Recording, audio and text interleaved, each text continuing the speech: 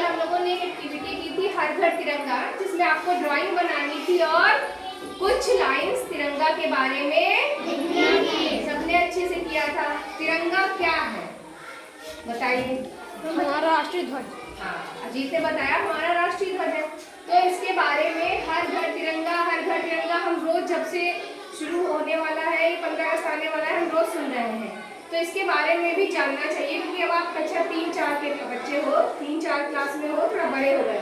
सबसे पहले तो हम ये जानते हैं कि तिरंगा क्या है, हमारा राष्ट्रीय ध्वज। अब उसके बारे में कुछ हमने तैयार किया है, पहले इसको पढ़ लेते हैं। काफी क्वेश्चन आप जानते होंगे, नहीं जानते हो तो वो यहाँ पे लिख दिए गए, ठीक है।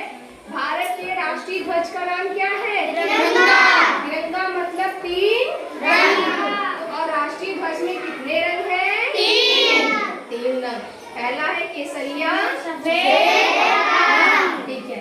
अब ध्वज के रंग किसका प्रतीक है? जो ये तीनों रंग हैं, 3 रंग यही क्यों लगाए? वो चाहते तो नीला, गुलाबी, पीला कोई भी ले सकते थे, लेकिन इसको लगाने के पीछे कुछ न कुछ कारण रहा है। जैसे हमारा जो केसरिया रंग लिया गया है, ये किस चीज का प्रतीक है?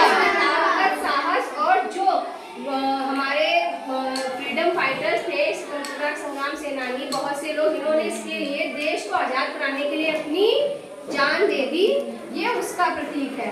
दूसरा क्या है?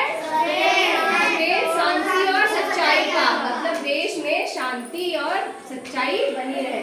तीसरा क्या है? हरा रंग खुशहाली और समृद्धि। हमारा देश कृषि प्रधान देश है, तो यहाँ पे खूब खुशहाली और हरियाली बनी रहे, इसलिए हमें हरा रंग लिया गया है। अगला चौथा क्वेश्चन है कि राष्ट्रीय ध्वज जो ये 3 रंग का है, प्लस इसमें चक्र भी है, इसको आखिर इसका डिजाइन किसने बनाया था? पिंगली वेंकैया। सब आप लोगों को पता है, पिंगली वेंकैया ने। 5वां क्वेश्चन है कि भारतीय संविधान सभा द्वारा राष्ट्रीय ध्वज तिरंगा को अपनाया कब गया? उन्होंने डिजाइन बना दिया, बातें हो गई कि हाँ ये ध्वज अच्छा है, इसको मान लेना चाहिए, लेकिन कब संविधान में कहा गया कि हाँ आज से हमारा ध्वज जो है वो तिरंगा है, राष्ट्रीय ध्वज हमारा कौन सा है? तिरंगा। तो ये हुआ 22 जुलाई 1947। फिर है हमारा राष्ट्रीय ध्वज तिरंगा है, बिल्कुल सही है, लेकिन इसको हम किसी भी नाप का नहीं बना सकते। बना सकते हैं? उसकी लंबाई 3:2 होना चाहिए, ठीक है। लंबाई का अनुपात, लंबाई और चौड़ाई का अनुपात जो है वो 3:2 होना ही चाहिए।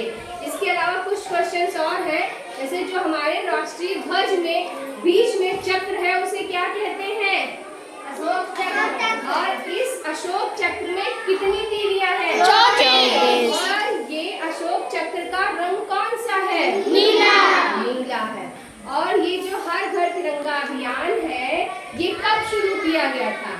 ये शुरू किया गया था 2022 में, जब हमारे देश में आजादी को पूरे किए हुए 75 साल हो गए थे।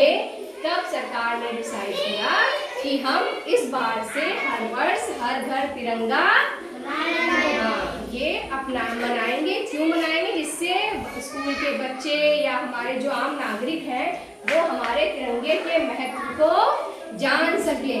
और हमें कभी भी कटा पिटा तिरंगा नहीं लहराना चाहिए, झुका हुआ तिरंगा नहीं लहराना चाहिए, और हमारा तिरंगा कभी उल्टा नहीं लहराना चाहिए। जब भी कभी हम फहराते हैं या जब अपने घर पे टांगते हैं, तो ये नहीं कि हरा रंग कहाँ पे होना चाहिए? नीचे। और केसरिया रंग ऊपर। या हमारा ध्वज कटा फुटा होना चाहिए? नहीं। और शाम होने से पहले, सूरज डूबने से पहले हमें तिरंगे को उतार कर अच्छे से मोड़ कर, कभी गंदा या फिर एकदम खराब सा झंडा लहराना चाहिए, फहराना चाहिए नहीं। कभी भी कोई भी ध्वज हमारा कटा पिटा या फिर मुड़ा नहीं होना चाहिए। जो भी ध्वज हम इस्तेमाल कर रहे हैं, एकदम साफ और बराबर अनुपात का और अच्छी अवस्था में होना चाहिए। क्यों? वो हमारा राष्ट्रीय ध्वज है, हमारे देश की शान है। ठीक है, आगे समझ में? चलिए, थैंक यू।